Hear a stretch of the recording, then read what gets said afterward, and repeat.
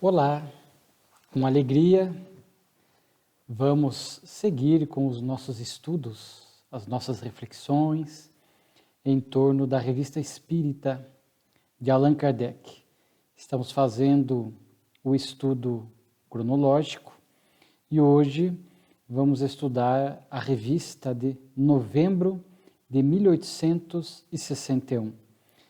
É um periódico desse mês que vai ter 8 itens, mas um desses itens vai se desdobrar em diversos subitens, conforme veremos, que é a visita de Kardec a Bordeaux. Nós vamos ver isto ao longo da nossa explanação. Mas é uma revista que está bastante interessante. Nós vamos perceber aqui que em diversos momentos vão ser destacados esses pontos positivos do Espiritismo, o alcance do Espiritismo em nossas vidas, o que ele nos propicia nesse campo da fé, da esperança, do consolo e da instrução. Então, esse estudo vai ser uma oportunidade da gente reavaliar a grandeza do Espiritismo em nossas vidas. O início da revista, o primeiro artigo, chamado Os Restos da Idade Média, vai trazer um fato muito conhecido dos espíritas, porque ficou conhecido como o Auto de Fé de Barcelona, porque é um evento que aconteceu no dia 9 de outubro de 1861, na referida cidade espanhola, onde um amigo de Kardec, que lá estava, Maurice, se não me falha a memória, nós vamos até pegar uma leitura complementar logo mais, e lá cita o nome dele. Ele era escritor francês, foi para Barcelona, tinha afinidade com a ideia espírita, portanto fez uma encomenda ao nobre codificador de 300 obras, e estas obras foram interditadas, foram proibidas, e mais do que isto, queimadas em praça pública.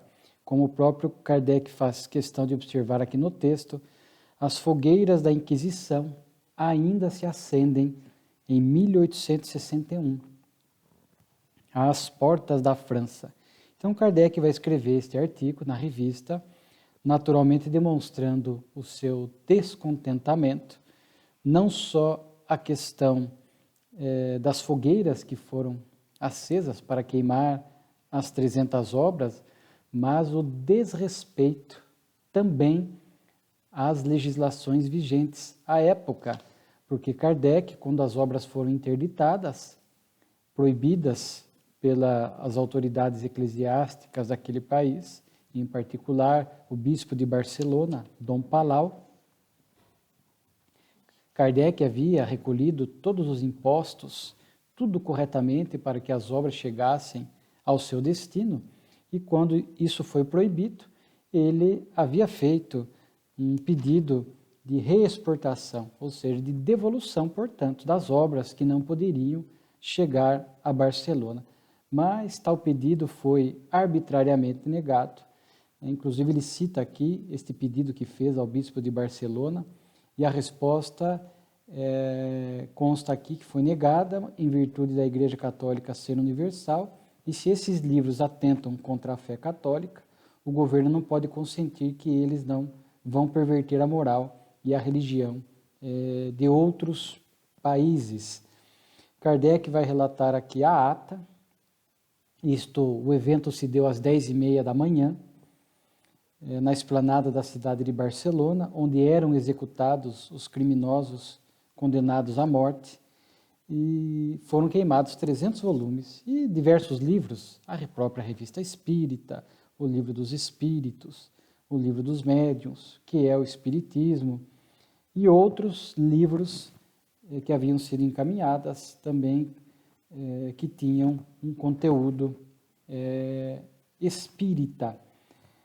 E ali esta ata registra as pessoas que estavam presentes, aquele que ia redigir a ata, o escrivão, o secretário do escrivão, um sacerdote com a cruz numa mão e a tocha na outra mão, agente da alfândega. Então Kardec faz questão de descrever este episódio infeliz, naquele momento em que o público que ali estava assistia às chamas consumindo as referidas obras. E Kardec narra que as pessoas que estavam assistindo e as que ficaram sabendo a posteriori do evento, muitas se indignaram por conta dessa censura já descabida em pleno século XIX, de forma que muitos ali se manifestavam contra, gritavam abaixo a Inquisição, outras ficavam indiferentes, mas o fato é que o evento teve uma repercussão enorme. Kardec pensou em tomar alguma medida jurídica, legal, mas consta que ele foi inspirado pela espiritualidade para que não tomasse nenhuma medida dessa natureza, porque o evento, embora tenha resultado nesse prejuízo econômico da queima de 300 obras, para a ideia espírita foi positiva, porque queimam-se livros, mas não se queimam ideias.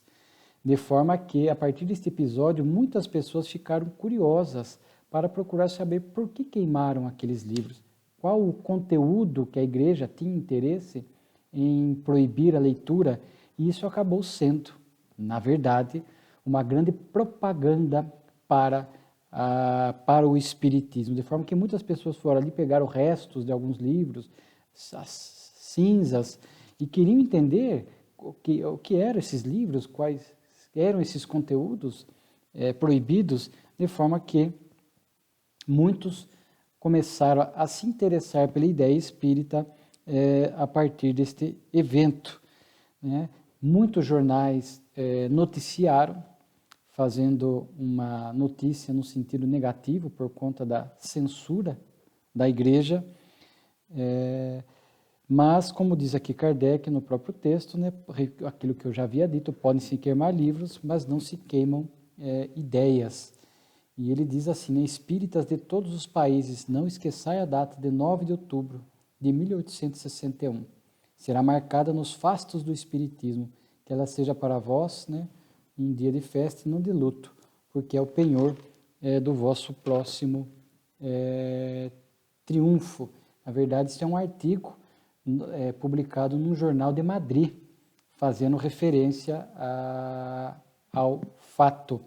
Kardec vai citar aqui duas comunicações espirituais, referindo-se a este evento do Alto de Fé de Barcelona, inclusive uma das comunicações, a segunda, de Saint-Dominique, justamente falando desta consequência positiva para o espiritismo, porque isto atraiu a imprensa, atraiu jornalistas, atraiu o público, atraiu outras localidades, outros países, porque teve uma grande repercussão. E isso, repito, colaborou para o interesse de buscar as ideias espíritas que ali, em vão, se tentava apagar. Nós vamos ver mais à frente, inclusive, o Dom Palau, o bispo de Barcelona, ele vai desencarnar aproximadamente um ano após e vai dar comunicação. Veremos quando estudarmos o ano de 1862, ele vai dar uma comunicação dizendo-se arrependido do que fez e agora convertido às ideias espíritas. Como complemento a esta temática do Alto de Fé de Barcelona, há um livro do nosso querido Divaldo Franco, chamado Espiritismo e Vida, ditado pelo Espírito Viana de Carvalho. E nesta obra, que é uma exaltação ao codificador, ao Espiritismo, no capítulo 14, nos capítulos 14 e 25, o Espírito Viana de Carvalho vai fazer referência e vai trazer até algumas curiosidades a respeito deste evento. Ele diz que era uma quinta-feira, às 10h30 da manhã, e isto se deu na Praça da Cidadela, onde eram punidos esses criminosos, né? 300 obras realmente queimadas. O francês, escritor amigo de Allan Kardec, Maurice Lachatre, que abriu uma livraria lá e havia feito este pedido, e todas as providências legais e alfandegárias, diz Viana de Carvalho, foram realmente observadas, né? E aí ele vai fazer menção a esta notícia que as imprensas deram a respeito do fato que os bons espíritos aconselharam Kardec a silenciar, que ele não ficasse com o prejuízo econômico, mas haveria um proveito para a divulgação das ideias espíritas.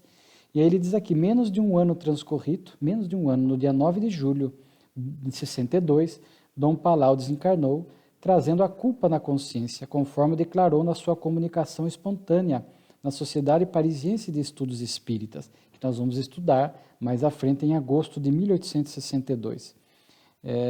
E aí, Viana de Carvalho vai comentar que o número de adeptos dos postulados multiplicou-se em diversos países, especialmente na Espanha, onde se tentou abafar as ideias. Muitos missionários, ao longo do tempo, lá estiveram reencarnados, realmente divulgando, estudando, proliferando a ideia espírita. Aí, aqui já é uma revelação espiritual, que Dom Palau depois viria a reencarnar-se no Brasil e ainda vestiria a batina, ainda iria ser uma autoridade eclesiástica, por inspiração dos espíritos, mas uma autoridade eclesiástica que tinha simpatia pela ideia espírita e utilizaria deste conhecimento espírita, mesmo no meio eclesiástico, para melhor orientar o rebanho que lhe fora oferecido. Isto é uma revelação. Então, embora ele tivesse tentado se libertar do compromisso de padre, ele manteve este compromisso nesta reencarnação que se deu no Brasil. Cumpriu fielmente a sua missão aqui no Brasil, desencarnou em paz, e aí diz que agora estando em preparação para um futuro retorno em condições ideais, para servir ao Mestre incomparável, Jesus. Isso é o capítulo 14. E o capítulo 25, basicamente, algumas informações vão se repetir, falando do pedido do amigo de Kardec, e aí vai citar aqui, o que eu acho em complemento ao capítulo 14, estes missionários espanhóis que divulgaram muito o espiritismo lá na Espanha, José Maria Fernández Colavida, mais tarde que ficou conhecido como Kardec espanhol, que traduziu as obras da codificação ao castelhano, Amália Domingos Soler, uma médium conhecida, Manuel González Soriano, Miguel Vives e tantos outros, né? Ele cita novamente a desencarnação do bispo Dom Palau, a sua comunicação na Sociedade Parisiense, e aí ele diz, né, ninguém pode deter a marcha do progresso que é infinito. Calam-se pessoas, mas nunca se matam ideias. Então, é um fato bastante conhecido e nós fizemos questão aqui de complementar com esta obra do nosso querido Divaldo Pereira Franco. Ainda, talvez hoje, nos dias atuais, não tenhamos mais as fogueiras, mas temos aqueles que tentam matar a ideia, mas, em particular, a ideia espírita é uma revelação espiritual, é a terceira revelação, traz para nós as leis divinas. Então, por mais que tentemos a criatura humana conter o avanço do espiritismo, não conseguirá. É uma revelação que vem do alto para, de fato, nós já lemos, inclusive, uma comunicação chamada inundação, né? Que vem para inundar, fertilizar o terreno da alma humana, que a partir da doutrina, dessas leis divinas, vai passando melhor a compreender a própria vida, o próprio futuro e quais são os nossos compromissos diante da própria consciência, diante de Deus, a forma de nós nos comportarmos aqui. Mas nem todos vão manifestar ou tentar matar a ideia espírita. Naquela época de Kardec, já havia aqueles que se declaravam espíritas e havia, como hoje ainda acontece, muitos simpatizantes do espiritismo.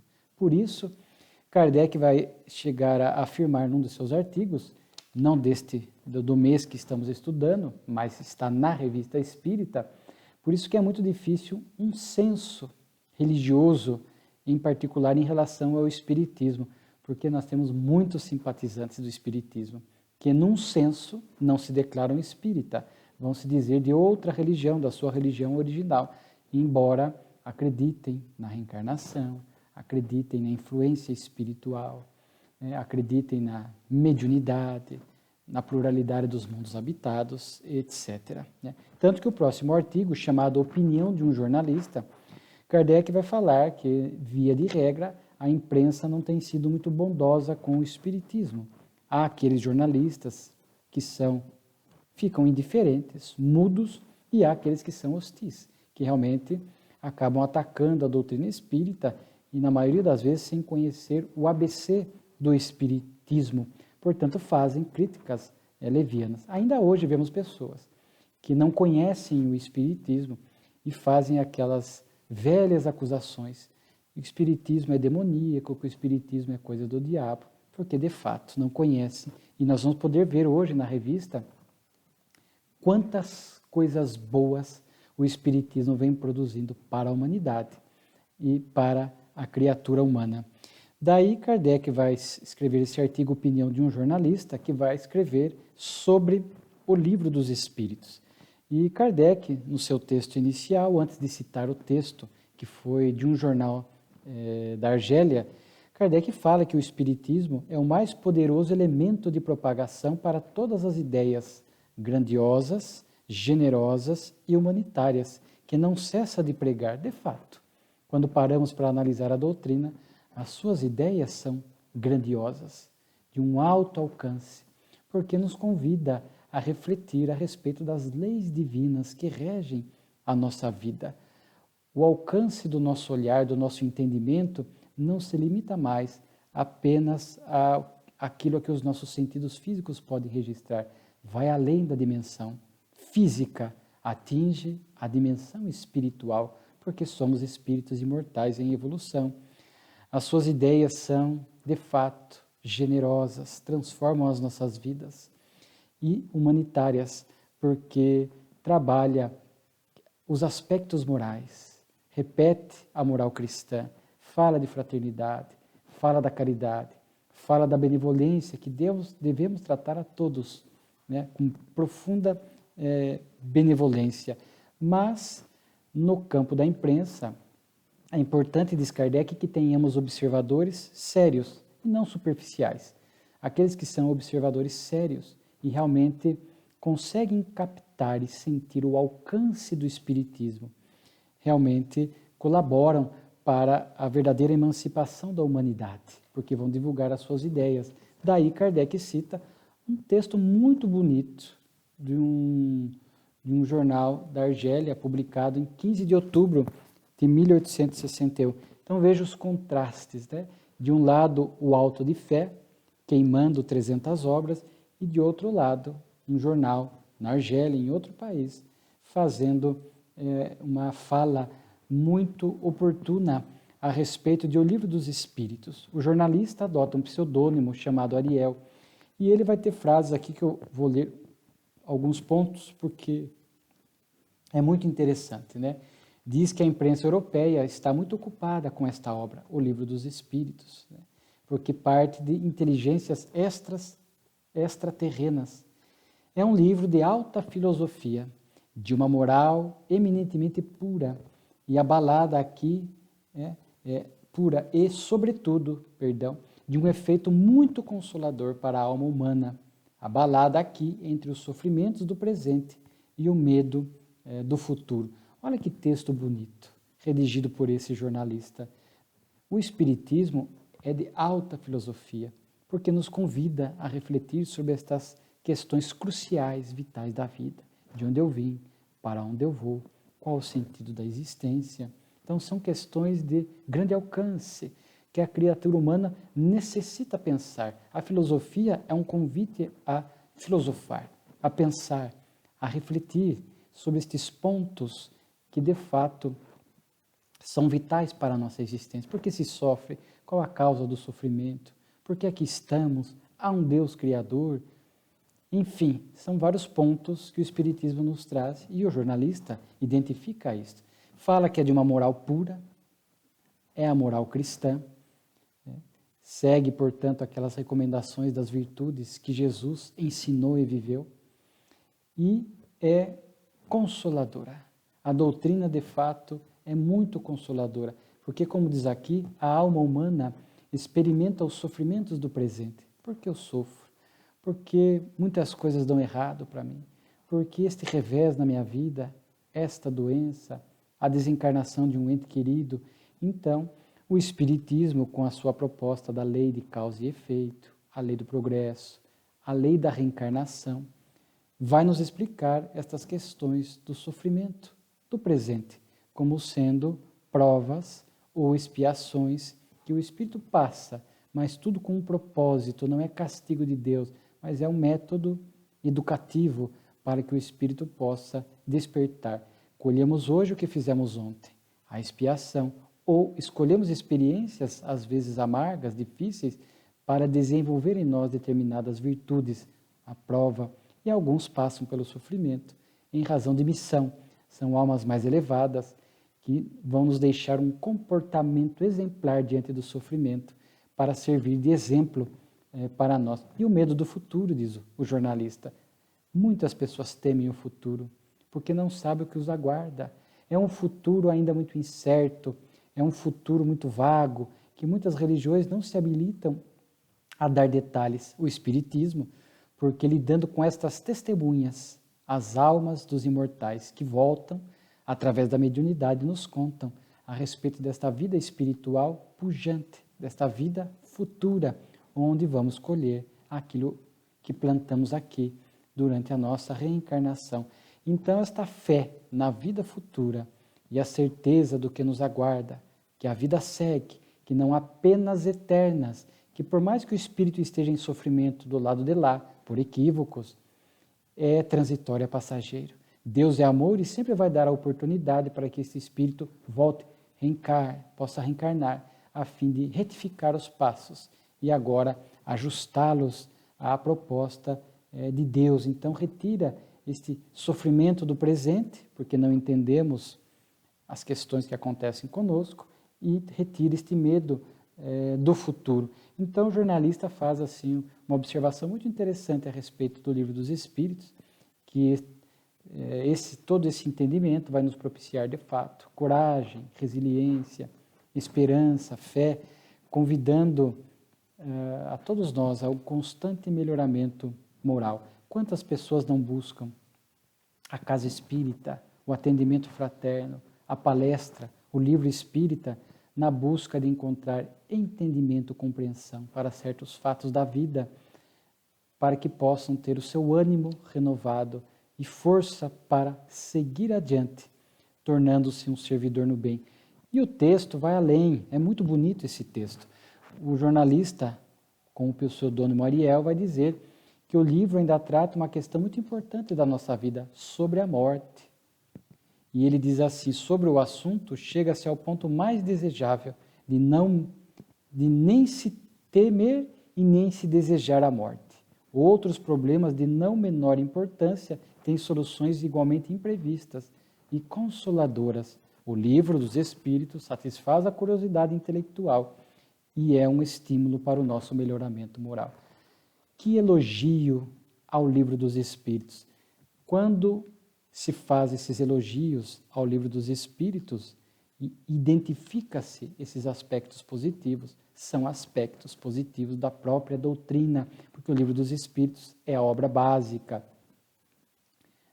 da veneranda doutrina espírita. Então, após o seu estudo, não mais temer a morte e nem desejar, porque passamos a entender que estar no corpo é uma abençoada oportunidade para o nosso progresso. E muitos outros imprevistos da vida, que muitas outras filosofias e religiões não nos explicam.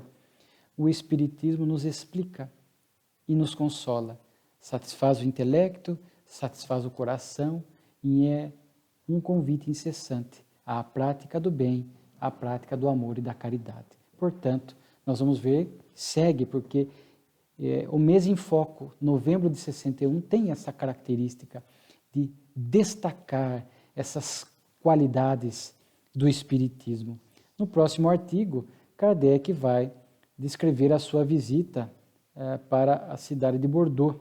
Como ele fez no mês anterior, nós tivemos a oportunidade de ler, de Lyon, onde Kardec vai, é acolhido, há alguns discursos, inclusive do próprio Kardec.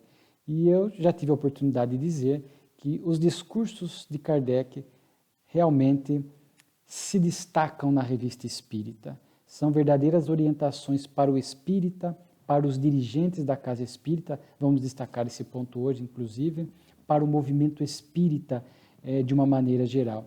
Então, de início, Kardec faz um texto falando dos pontos importantes, de o quanto o Espiritismo cresceu em Bordeaux, o quanto desenvolveu lá a verdadeira fraternidade, o conhecimento espírita propiciou que os espíritas de lá desenvolvessem a verdadeira fraternidade, porque em que pese serem espíritas de diversas posições sociais, os mais ricos, os mais simples, convivem de uma maneira onde reina a benevolência. Então ele faz esse destaque, fala de uma médium com uma qualidade impressionante, inclusive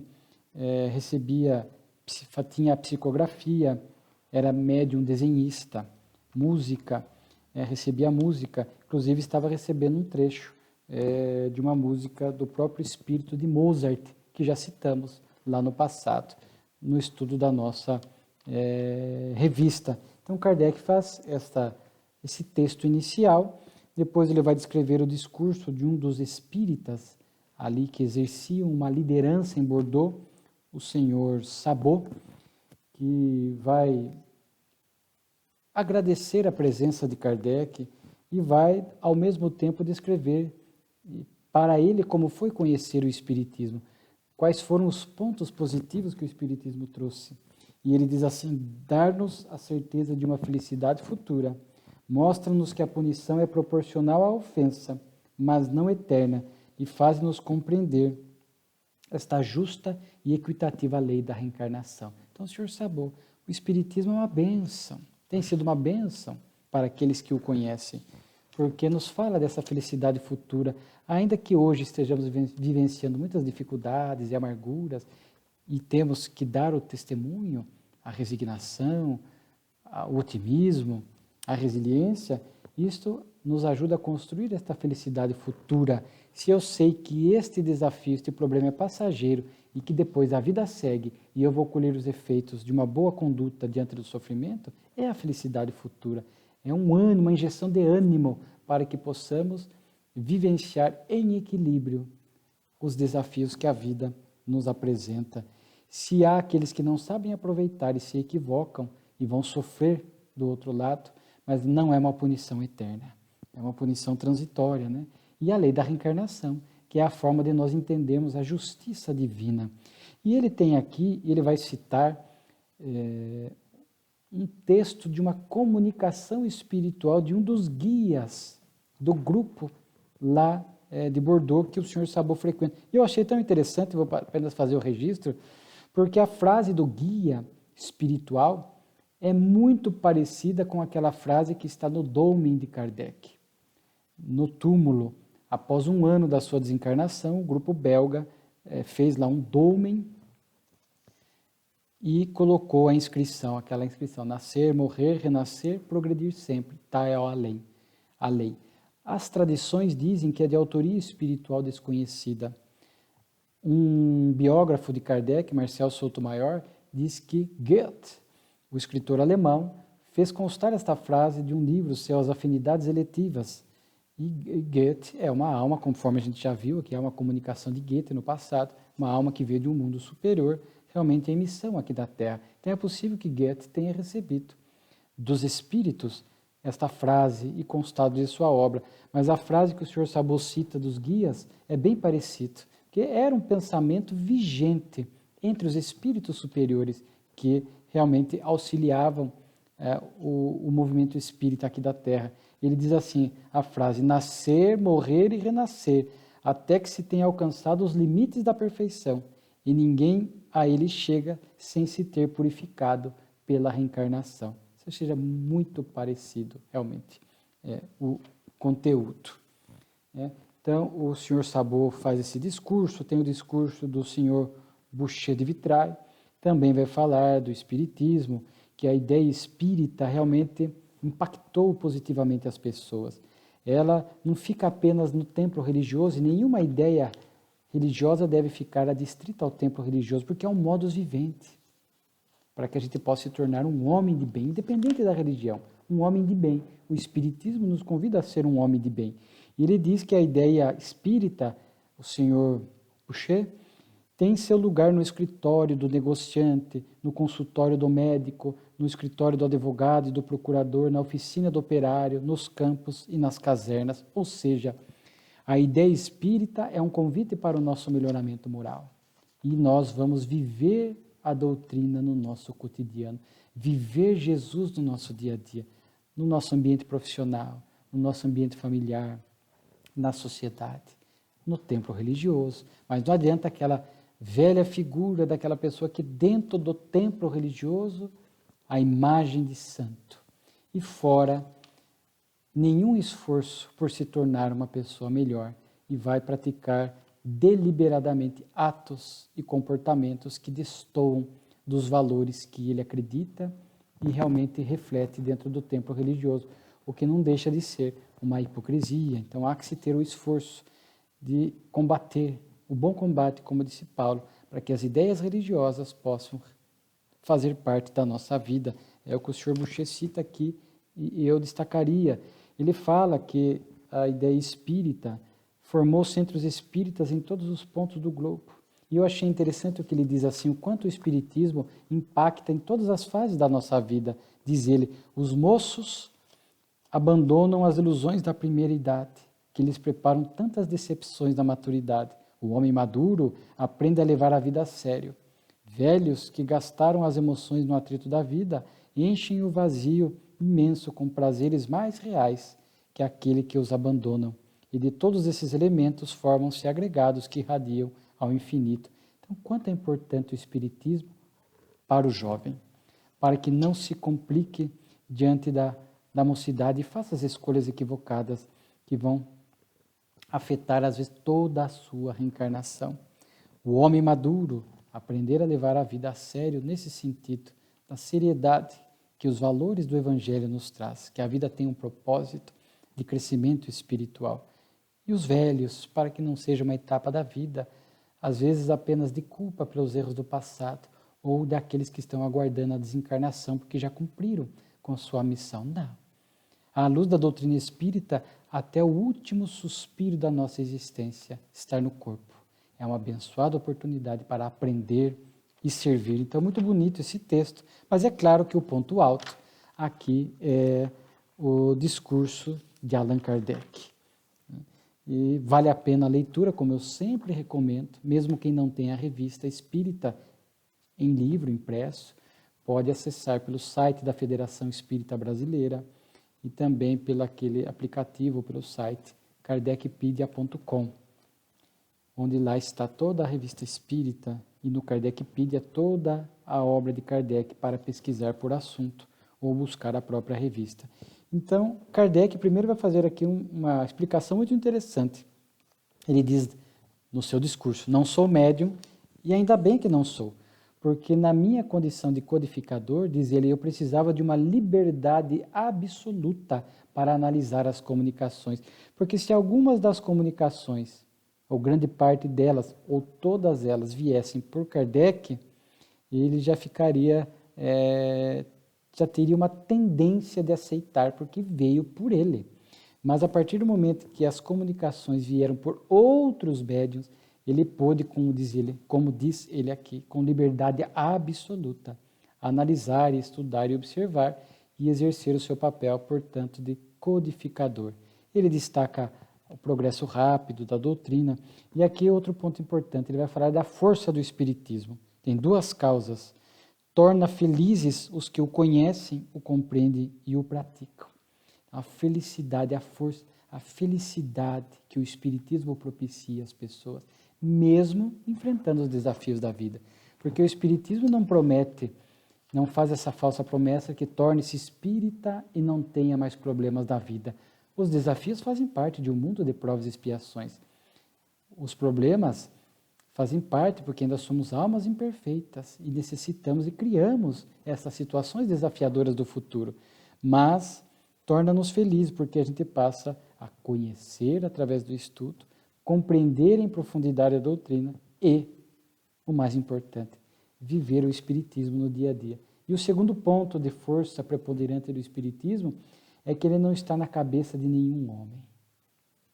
Diferente das outras duas revelações, veio através da universalidade dos ensinos, em vários pontos do globo ao mesmo tempo, justamente para que pudesse haver essa propagação rápida. Então, diz aqui Kardec, seu foco está em toda parte, porque em toda parte há médiuns que podem comunicar-se com os espíritos. O espiritismo, diz ele, é a aplicação e o desenvolvimento da ideia cristã. É, portanto, uma religião cristã que segue o Evangelho, segue as diretrizes do Cristo. Conforme nós já havíamos dito, são essas frases bonitas que temos que destacar.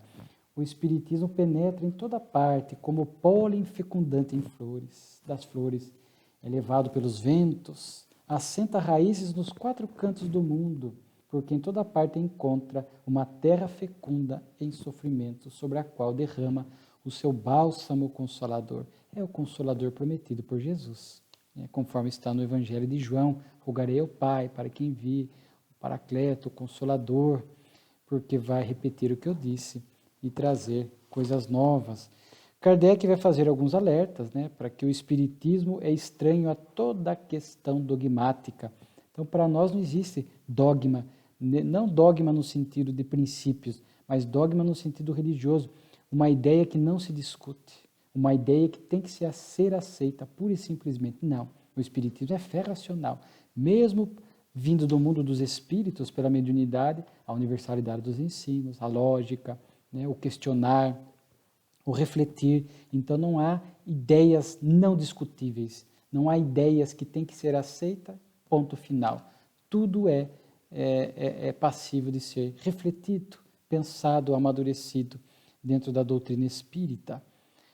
Kardec fala dos inimigos externos, e que são realmente aqueles que atacam a doutrina do lado de fora, que não são os espíritas, conforme vimos, alguns jornalistas, etc., mas também os inimigos internos.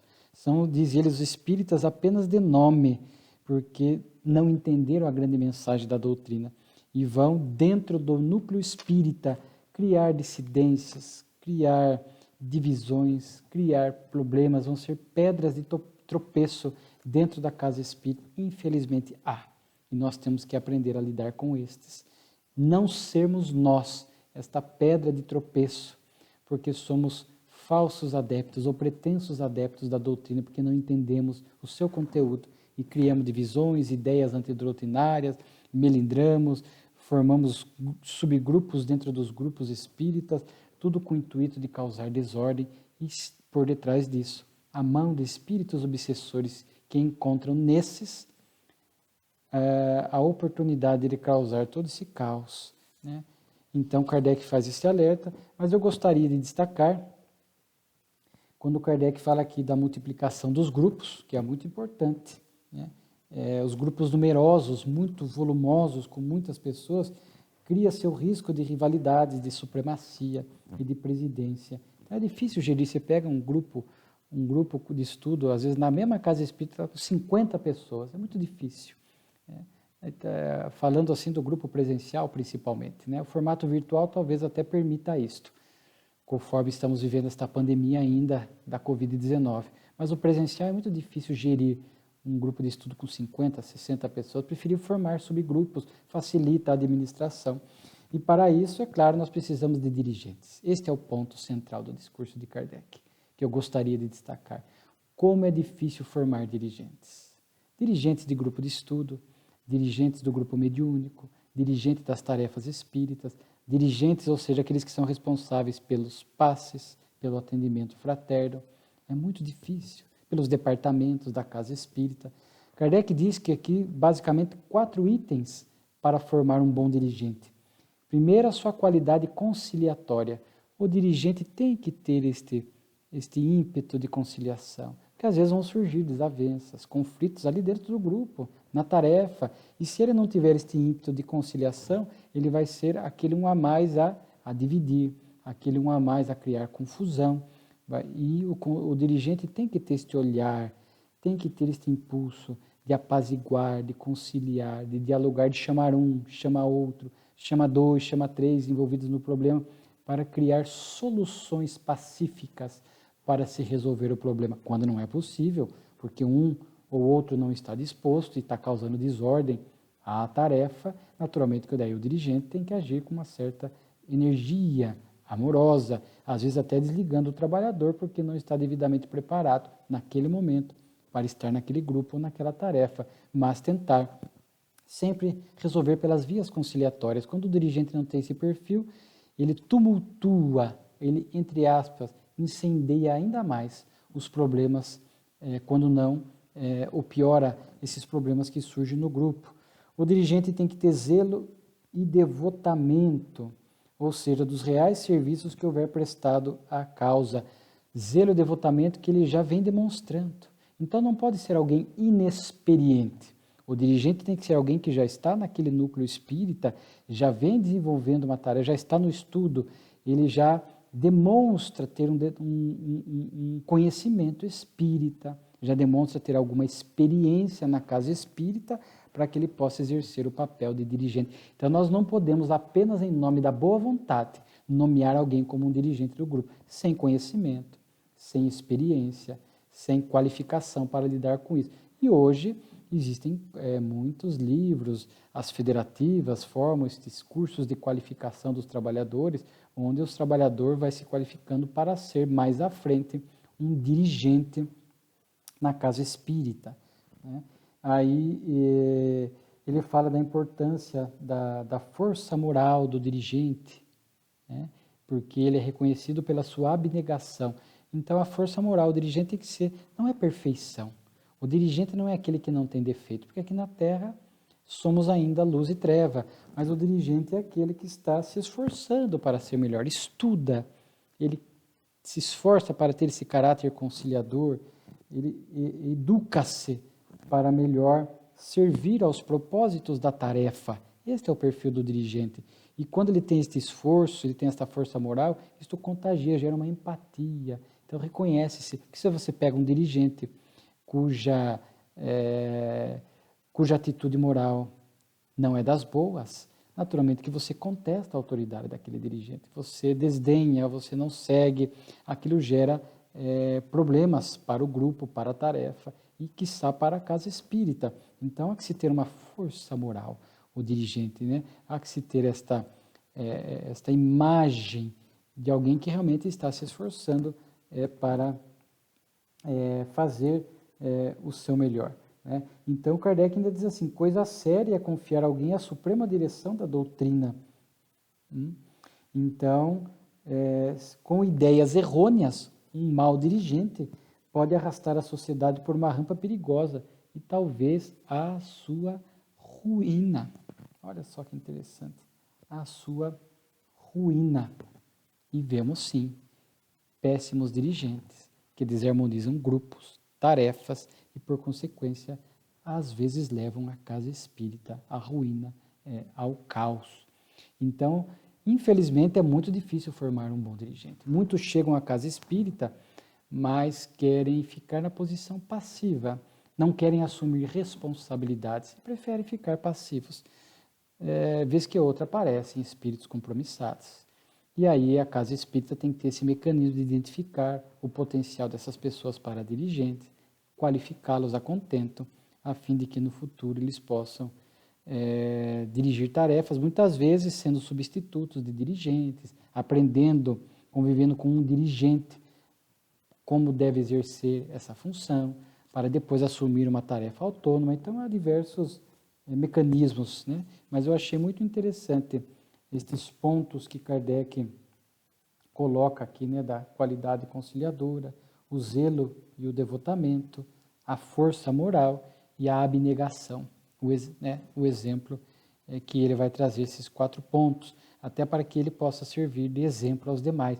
O dirigente ele serve de espelho. Por mais que o dirigente não queira, aqueles que estão ali observando, que estão no seu grupo, na sua tarefa, seguem o exemplo do dirigente. Então é importante isso, né? Achei muito interessante esta observação. E Kardec também vai falar do grupo central, porque às vezes você tem vários grupos, núcleos espíritas, numa cidade, numa localidade, e Kardec fala deste grupo central, onde ele usa a expressão delegados, representantes desses diversos grupos que vão se unir para formar um grupo central, a fim de tomarem medidas comuns para o movimento espírita. Então, são as USES, as URIs, as federativas. Mês que vem, dezembro, vai ter um artigo muito interessante, o artigo mais completo, já fazendo um spoiler, de Kardec sobre a organização do espiritismo. Para dirigentes e trabalhadores, é assim, o artigo mais completo para a gente entender essas diversas tarefas administrativas dentro do movimento espírita. E estes grupos diretivos que norteiam o movimento espírita a nível municipal, regional, estadual, nacional e às vezes até internacional. Como temos o Conselho Espírita Internacional, são muito importantes estes grupos diretivos. Depois Kardec encerra, porque ele trouxe para Bordeaux, como fez com Lyon, uma mensagem de Erasto, muito bonito, também falando de fraternidade, de concórdia, de união, como é importante para o grupo, né? A gente vê que os espíritos batem muito nessa tecla, já naquela época, e infelizmente ainda hoje, vemos aqui e acolá cisão e desunião dentro do movimento espírita. Então, é uma mensagem muito bonita de Erasto que eu recomendo a leitura. Depois Kardec vai encerrar citando outros discursos, inclusive de um operário, de um mecânico representando o grupo de operários, e ele fala o quanto o Espiritismo os tornou felizes, né? O esclarecimento, o consolo, né? Ele diz: o Espiritismo é para nós uma sólida consolação, né? Não é uma consolação genérica, meramente filosófica, diz ele, mas o Espiritismo nos vem em socorro e nos prova que nossa aflição pode contribuir para a nossa felicidade. Então, é muito bonito isso. E ao final aqui, fazendo parte ainda deste artigo, 2 poesias que não são psicografadas, conforme algumas que nós já citamos, mas foram psicografias lidas, presumo, portanto, escritas por um senhor que veio para a solenidade lá em Bordeaux, onde ele aqui cita 2 poesias, né? Que ele é de Marmande, e o seu nome aqui está como C. Dombre. Então ele traz 2 poesias, né? Os Camponeses e o Carvalho, o Ouriço, o Coelho e a Pega. Então, bem interessante. Aí, vimos aí que o tempo já avançou bastante, né? Mas Kardec cita aqui na bibliografia o lançamento da 2ª edição do Livro dos Médiuns, um registro muito importante, que é a edição definitiva. Aliás, este ano de gravação, né? Estamos aqui em julho de 2021, estamos comemorando 160 anos do Livro dos Médiuns. E aqui Kardec fala dessa 2ª edição, mais completa que a precedente, com capítulos novos, né? Fala também que os espíritos revisaram toda a obra e é o guia mais completo, quer para os médiuns, quer para os simples observadores, que ajudará a evitar os escolhos tão numerosos da mediunidade, mistificações, desvirtuamentos, né, etc. Né? Então, muito interessante este registro. Kardec vai citar também como bibliografia uma série de publicações do movimento espírita em Metz. É uma publicação que não é periódica, mas se propõe a trazer textos espíritas, né? Então ele diz, primeira série das publicações da Sociedade Espírita de Metz. Depois tem uma comunicação espiritual, né? Que Kardec cita aqui, inclusive deste periódico de Metz, né?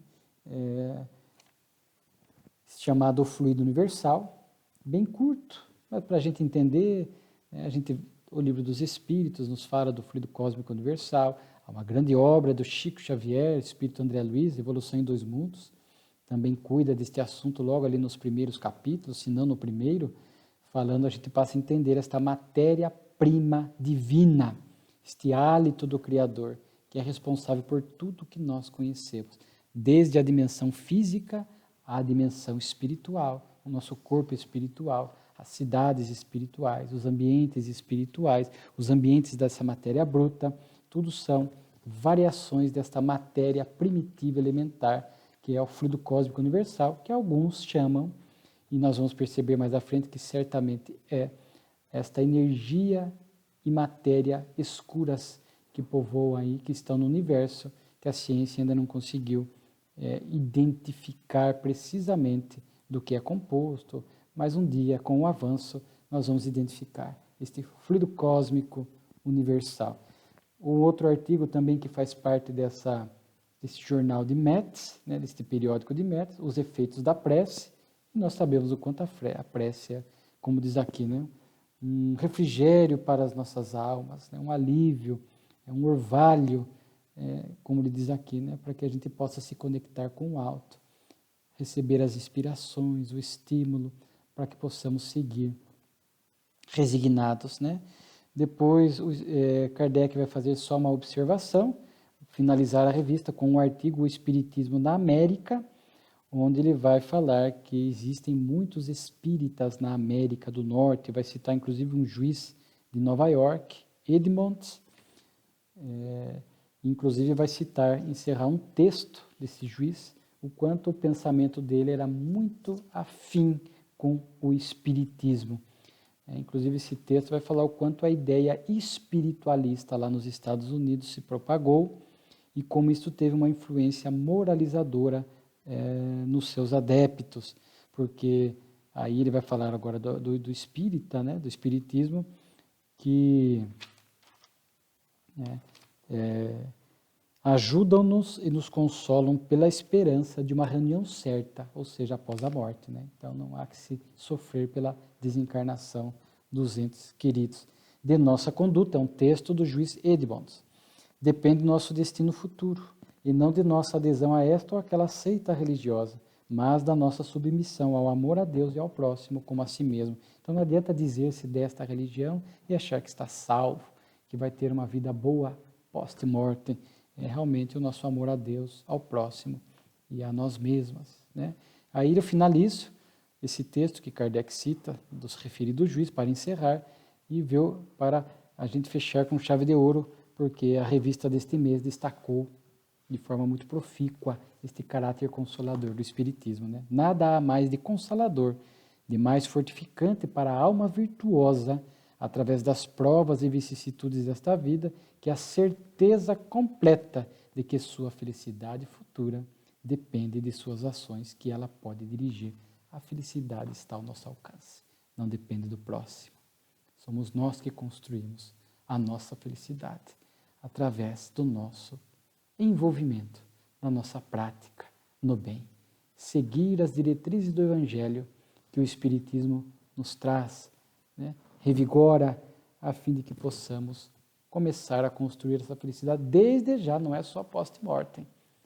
A partir do momento que agimos no bem para servir, em que pese as lutas, já vamos sentindo uma satisfação interior, a paz de consciência, que se traduz nessa felicidade que nós vamos construindo dia a dia na nossa vida enquanto estamos no corpo e vamos continuar experimentando e colhendo post-mortem esta felicidade que o Espiritismo nos ensina, que não está no material, mas sim nas questões espirituais da vida. Muito obrigado a vocês que nos acompanharam.